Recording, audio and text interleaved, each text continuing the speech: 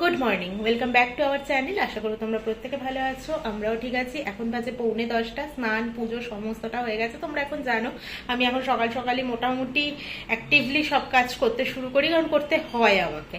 তো যাই পরে করবো, এই আশায় ফেলে রাখা যায় না।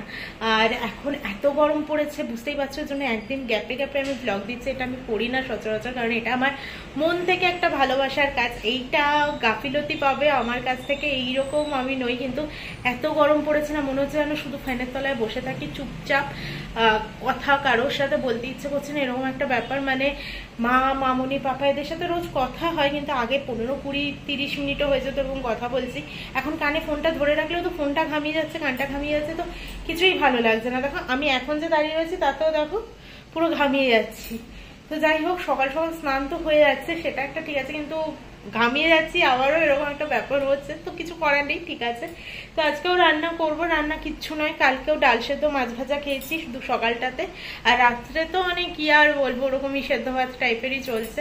তো আজকে সব সবজি দিয়ে, মুগ ডাল দিয়ে, কাঁচা মুগের ডাল দিয়ে, চাল দিয়ে সেদ্ধই বসাবো, আর রুই মাছ ভাজবো। কালকে কাতলা মাছ ভেজেছিলাম। আর দেখি প্রমি কালকে টিফিন নেয়নি, প্রমিকে দুবারই কালকে ঘোল বানিয়ে দিয়েছিলাম। ও আগের দিনও না টিফিনটা ফেরত নিয়ে এসেছিল। গরম লেগে গেছে খুব, খেতে ইচ্ছে করেনি। আর ওকে আমি বলেছি জোর করে এখন খাওয়ার কোনো দরকারই নেই, মানে না খেলেই শরীরটা ভালো থাকবে, খেলেই শরীরটা অসুস্থ হয়ে পড়বে। তো কোনো দরকার নেই জোর করে খাওয়া দাওয়ার। এখন টিফিন ফেলা যায়, যাবে, কি আর করা যাবে। তো ওই জন্য ওকে আমি বলেছি জোর করে খাওয়ার কোনো দরকার নেই। তো কালকে 2টো লস্যির বোতল আমি বানিয়ে দিয়েছিলাম আর কি। একটাও এখান থেকে গাড়িতে যেতে যেতে খেয়েছে, আর একটা বোধহয় গাড়িতে যেতে যেতে খেয়েছে না গিয়ে খেয়েছে, আমি ঠিক জানি না। দেখো কি পরিমাণ ঘাম হচ্ছে। তো আর একটাও সন্ধ্যের টাইমে, যে টাইমে ও ইভিনিং স্ন্যাক্সটা খায় আর কি, টিফিনটা খায় আর কি, তো সেই টাইমে ও কালকে লস্যিটাও খেয়ে নিয়েছে।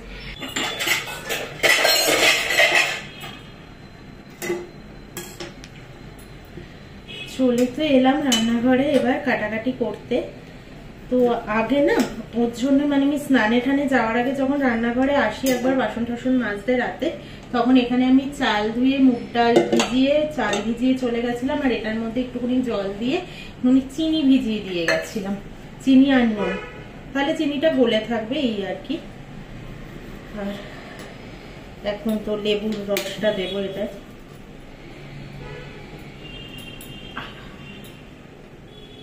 খাওয়া দাওয়ার ইচ্ছে সবই চলে গেছে, প্রমির হুকুম চলে গেছে, আজকে এটা বানাও, কালকে ওটা বানাও, চলে গেছে।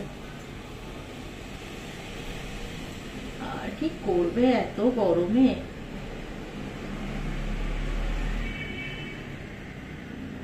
তো চলো একে একে আমি কাজগুলো সেরেই নি।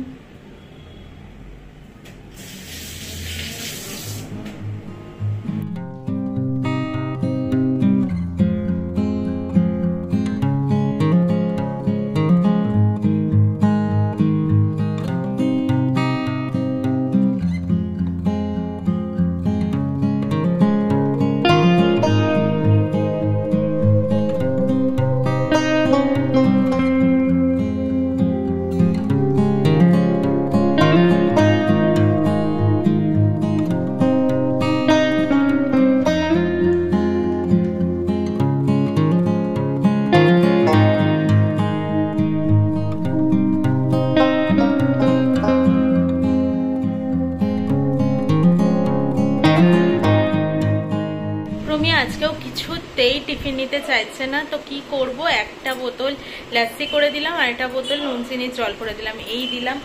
তো আর এবার মাছটা ভাজা বসাবো আমি। এতক্ষণ ধরে ভাতটা করলাম, সেদ্ধ ভাতটা সমস্তটা দিয়ে, তোমরা যেরকম দেখলে আর কি, সবজি টুবজি কাটা, তো ওই রকম করে নিয়ে ভাতটা তো হয়ে গেছে। এবার মাছটা বসাবো, এটাই ভাতটা হয়ে গেছে। তো চলো এবার মাছটাও ভেজে নিই। তাহলে কি বাজে লাগছে বলো তো, এতক্ষণ শুধু নাকি ওই লাচ্ছিটা খাবে। ও বলে যে যদি খিদে পায় তো ওপরে ক্যাফেটেরিয়া থেকে কিছু খেয়ে নেবো, ওর নাকি খিদেই পাচ্ছে না গরমে। আজকে মনে হচ্ছে সারাদিন আমাকে এই দরজাটা খুলে এইখানটাতে বসে থাকতে হবে।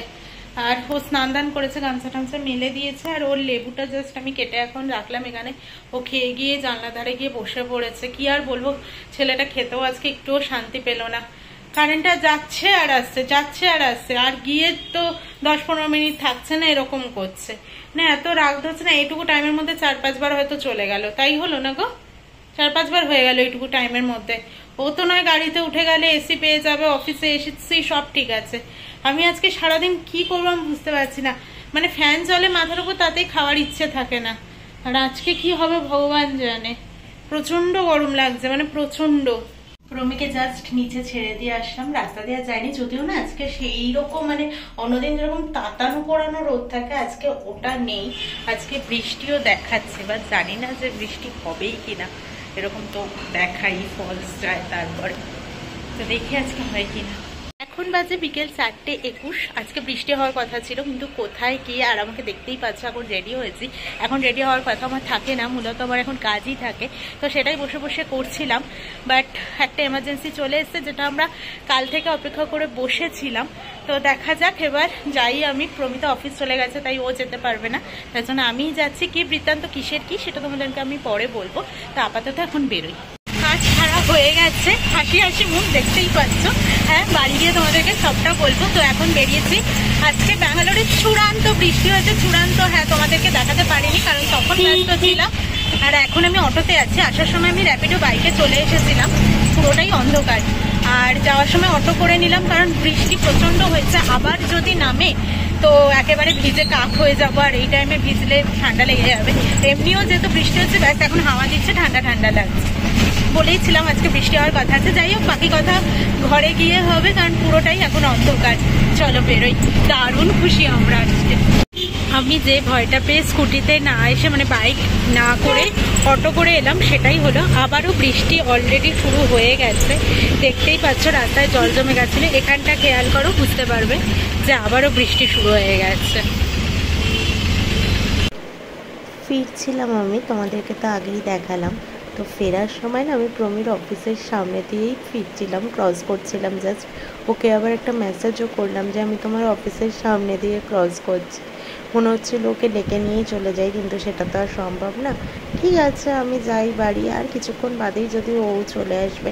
আমার বাড়ি ফিরতে ফিরতে প্রায় 9টাই বেজে যাবে বলে মনে হচ্ছে, কারণ রাস্তায় প্রচণ্ড জ্যাম, আর বৃষ্টি যেহেতু হয়েছে। তেমন একটা না হাওয়া দিচ্ছে না, মানে এমনি ওয়েদারটা একটু ঠান্ডা ঠান্ডা হয়েছে, তবে সেরকম হাওয়া ঠাওয়া কিছু দিচ্ছে না। যাই হোক, আমার দুপুরের বাসন মাজা হয়নি, পড়েই আছে। আর আমিও না এসে আর মাজিনিও, ঠিক আছে কালকে সকালেও মাজবো কোনে বা কিছু। আর আমি কোথায় গেছিলাম সেটা আবার তোমাদেরকে বলি। আমি গেছিলাম আজকে হসপিটালে। কারণটা হচ্ছে, আজকে তোমরা অনেকবারই শুনেছো আমার মুখে যে আজকে অনুরূপাদের ফ্ল্যাটে যাবো, অনুরূপাদের বাড়িতে যাবো, স্নেহাশিসা অনুরূপা।